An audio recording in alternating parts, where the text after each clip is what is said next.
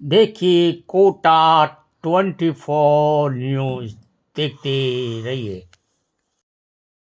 जोधपुर में चर्चित साध्वी प्रेम बाईसा की रहस्यमय मौत को 18 दिन पूरे होने के बाद पुलिस ने मामले का खुलासा कर दिया।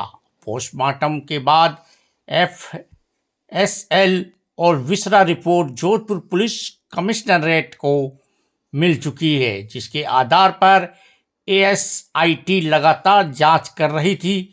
वही साध्वी प्रेम बाईसा के पिता विरामनाथ अभी भी उपवास पर है और न्याय की मांग कर रहे हैं। मामले के खुलासे को लेकर ओम प्रकाश पासवान ने शुक्रवार को प्रेस कॉन्फ्रेंस कर मीडिया को जानकारी दी। पुलिस कमिश्नर ने बताया कि एफएसएल और विसरा रिपोर्ट के साथ पोस्टमार्टम रिपोर्ट एवं डॉक्टरों की ओपिनियन के आधार पर यह निष्कर्ष सामने आया है कि साध्वी प्रेम बाईसा को फेफड़ों से संबंधित गंभीर बीमारी थी।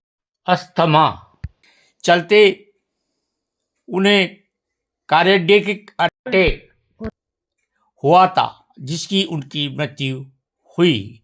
पुलिस के अनुसार इस पूरे मामले में अब तक 44 लोगों से पूछताछ की जा चुकी है और 106 मोबाइल नंबरों की कॉल डिटेल रिकॉर्ड सीडीआर खंगाली गई है। 37 नमूने एफएसएल भेजे गए थे। 18 दिन की गहन जांच के बाद पुलिस इस नतीजे पर पहुंची है।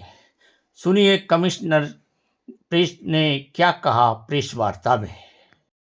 प्रेम बाईसा का असामयिक निधन हो गया था। उसके बाद मर संख्या 2 29 तारीख को दर्ज किया गया। बॉडी का बोर्ड से पोस्टमार्टम कराया गया और पोस्टमार्टम के उपरांत बोर्ड ने यह उचित समझा कि एफएसएल और हिस्टोपैथोलॉजिकल रिपोर्ट आने के बाद ही ये मृत्यु का कारण बता पाएंगे। उसके बाद एसआईटी का गठन किया गया और एसआईटी ने अपने जो बयान हैं 44 लोगों के बयान लिए हैं, 106 लोगों की कॉल डिटेल की एनालिसिस की है, सोशल मीडिया एनालिसिस किया गया है, प्रेम बाईसा के मेडिकल हिस्ट्री का एनालिसिस किया गया है, जिसमें कौन सी दवाइयां वो पहले लेती थी, जिन डॉक्टरों के संपर्क में थी, कैसी मेडिकल कंडीशंस थी, इस पर विशद अन्वेषण किया गया। उसके अलावा जो घटनाक्रम का टाइमलाइन है, जिस समय इनकी तबीयत खराब हुई और जब इनकी मृत्यु कारित हुई, उसके बीच में कौन कौन से घटनाक्रम हुए और कौन सा टाइमलाइन रहा, उसमें किसके फोन आए, सीसीटीवी कैमरा फुटेज, जो उस दौरान जो लोग मुझसे मिले उनके बयानात। इसके अलावा क्योंकि यहाँ पर इंजेक्शन से रिलेटेड भी इश्यूज आए, जिस दवाई का प्रयोग किया गया, इस संबंध में ड्रग कंट्रोलर से भी मंतव्य लिया गया। CMHO, Rajasthan nursing council, Mathura Das hospital, pharmacologist, insurance companies, income tax department, FSL और प्राइवेट हॉस्पिटल, इन सब से परामर्श लिए गए, इनसे चर्चा की गई, औपचारिक और अनौपचारिक। इनके संबंध में 2 प्रकरण दर्ज थे, उसकी पृष्ठभूमि के संबंध में विशद अन्वेषण किया गया। इनके गांव में भी कुछ लोगों के साथ प्रकरण दर्ज है, उसके संबंध में भी विशद चर्चा की गई और लोगों से इस संबंध में अन्वेषण किया गया और वेरीफाई किया गया कि उनके बैकग्राउंड क्या थे।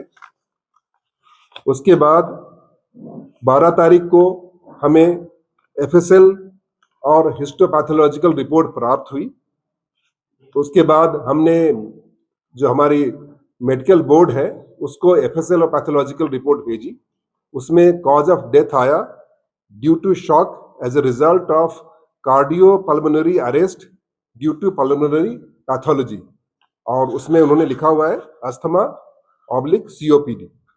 तो मैं बताऊं, जो कॉज ऑफ डेथ उन्होंने बताया है कि इनको फेफड़े से संबंधित कोई बीमारी थी और उस कारण से कार्डिक अरेस्ट आया, पल्मोनरी अरेस्ट आया और उस कारण से शॉक जनरेट हुआ और उनकी मृत्यु हुई। तथ्य बहुत ही क्लियर कट आया कि इसमें पॉइजन नहीं पाया गया है, बॉडी में कोई सेक्सुअल ऑफेंस करना नहीं पाया गया है और कोई ऐसी एक्सटर्नल इंजरी या इंटरनल इंजरी नहीं पाई गई है। एक तथ्य सामने आया कि जो इंजेक्शन दिया गया है देवी सिंह जो कंपाउंडर है उनके द्वारा, तो उसमें ड्रग रूल की अवहेलना पाई गई, क्योंकि जो मेडिसिन दिए गए थे वो शेड्यूल एच में आते हैं और उसको एक प्रिस्क्राइब्ड मेडिकल प्रेडिक्शनर ही दे सकता है जो कि शेड्यूल ड्रग है। नेशनल मेडिकल कमीशन एक्ट 2019 की भी अवहेलना पाई गई, क्योंकि वो रजिस्टर्ड प्रैक्टिशनर नहीं थे। इसके अलावा national nursing and midwifery commission act 2023 की भी अवहेलना है, क्योंकि ये नर्सिंग का कोर्स कर चुके थे, परंतु इन्होंने जो मेडिसिन एक रजिस्टर्ड डॉक्टर दे सकता है उन्होंने वो एडमिनिस्टर किया, क्योंकि ये पहले भी उनके यहाँ इलाज के लिए जाते थे, जैसा कि तथ्यों में आया है और एनिमेशन में भी आया है। इनके नॉलेज में था कि किन मेडिकल कंडीशंस में वो गुजर रही हैं। इसके बावजूद भी उन्होंने जो सेट नॉर्म्स हैं उनकी अवहेलना की, तो प्रथम दृष्टया उपेक्षापूर्ण कृत्य करना कंपाउंडर के द्वारा पाया गया है।